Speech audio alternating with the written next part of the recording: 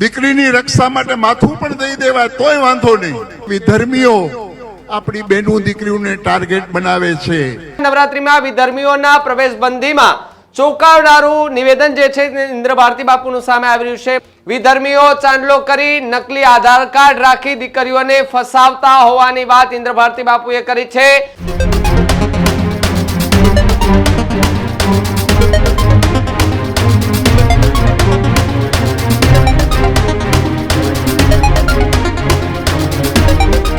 નમસ્કાર, આપ જોઈ રહ્યા છો ન્યૂઝ રૂમ અને આપની સાથે હું છું ભાવિક.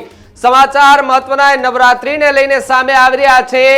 હિન્દુ સંગઠનોની સાથે સાથે હવે સાધુ સંતો પણ માંગણીઓ કરતા દેખાઈ રહ્યા છે. સાથે સાથે અલગ અલગ માંગણીઓ સાથે ઇન્દ્ર ભારતી બાપુનું એક સૌથી મોટું નિવેદન જે છે તે અત્યારે સામે આવી રહ્યું છે. નવરાત્રીને બસ હવે ગણતરીના દિવસો જ બાકી છે.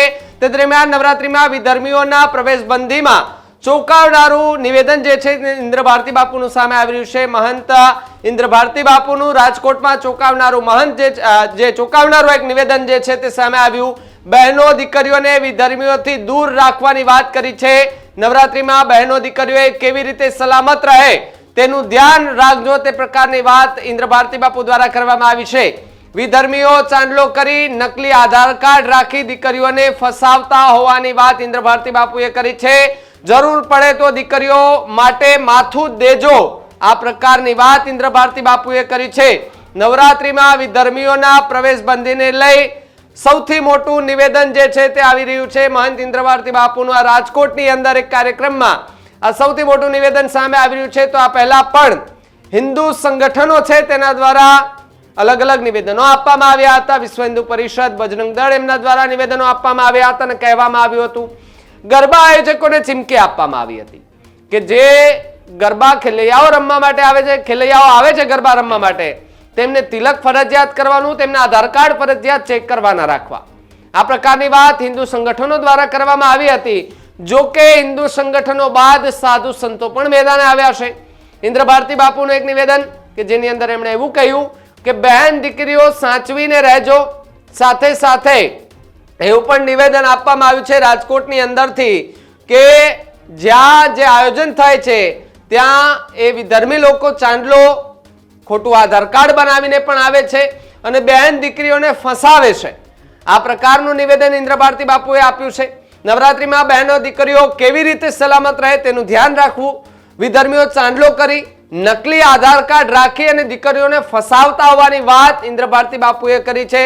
જરૂર પડે તો દીકરીઓ માટે માથું દઈ દેવાની વાત પણ ઇન્દ્ર ભારતી બાપુએ રાજકોટના એક કાર્યક્રમમાંથી કરી છે. અનેક એવી ઘટનાઓ સામે આવતી હોય છે જેની અંદર દીકરીઓ કે જેને છેડતીના જે કહી શકાય કે કેસીસ સામે આવતા હોય છે. એ દરમિયાન પણ વિશ્વ હિન્દુ પરિષદ, બજરંગ દળ, RSS ના લોકો છે એ આ પ્રકારની વાત કરતા જોવા મળતા હોય છે. ત્યારે સાધુ સંતો પણ હવે મેદાને આવ્યા છે અને નવરાત્રીને લઈને પણ સૌથી મોટું નિવેદન આપ્યું છે ઇન્દ્ર ભારતી બાપુને. પણ સાંભળીએ કે તેણે નવરાત્રીને લઈ શું નિવેદન આપ્યું. કે નવરાત્રીની અંદર જે આપણી બહેનો દીકરીઓ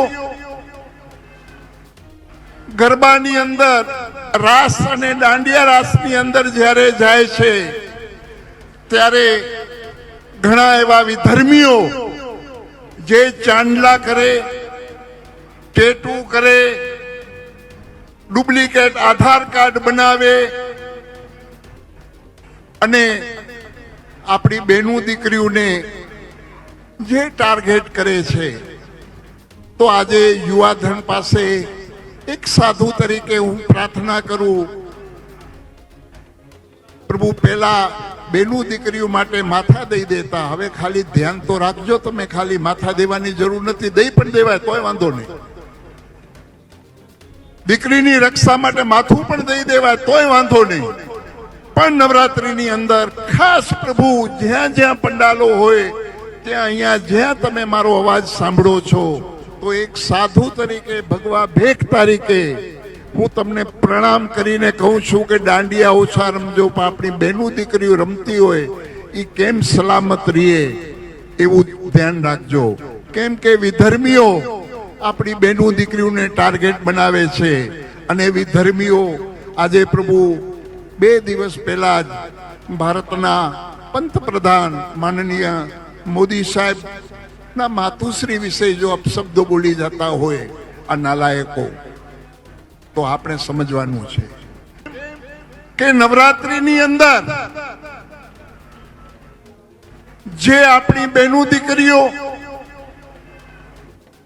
ગરબાની અંદર રાસ અને દાંડિયા રાસની અંદર જ્યારે જાય છે ત્યારે ઘણા એવા વિધર્મીઓ જે ચાંદલા કરે, ટેટુ કરે, ડુપ્લિકેટ આધાર કાર્ડ બનાવે અને આપણી બહેનો દીકરીઓને જે ટાર્ગેટ કરે છે, તો આજે યુવાધન પાસે એક સાધુ તરીકે હું પ્રાર્થના કરું, પ્રભુ પહેલા બહેનો દીકરીઓ માટે માથા દઈ દેતા, હવે ખાલી ધ્યાન તો રાખજો, તમે ખાલી માથા દેવાની જરૂર નથી, દઈ પણ દેવાય તોય વાંધો નહીં.